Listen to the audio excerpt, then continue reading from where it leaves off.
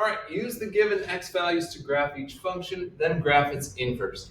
I just did it on Desmos.com, free graphing website. So f of x equals 3 to the x power is this red graph. So f of x equals 3 to the x power. Now the green line is just the y equals x line. And that's the one where it's inverted over. And then the blue one would be the inverse of that. So this is the graph for f inverse of x equals, and this would be log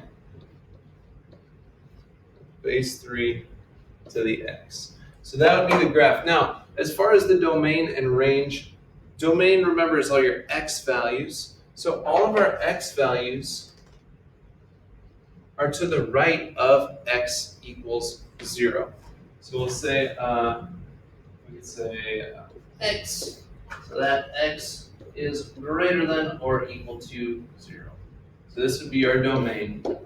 Now the range is all our y values. That goes from negative infinity, and it technically goes on forever in this direction. Now, to get up here, it would take forever. I mean, it would take so long, but technically it still can go forever vertically. So the range would be all real numbers.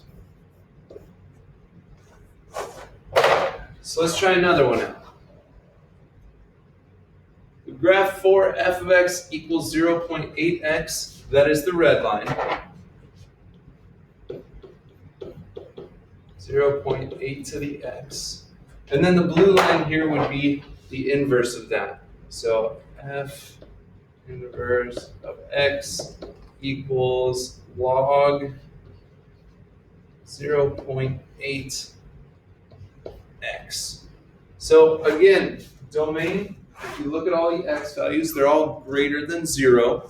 So we'll say x, so that x is greater than or equal to 0.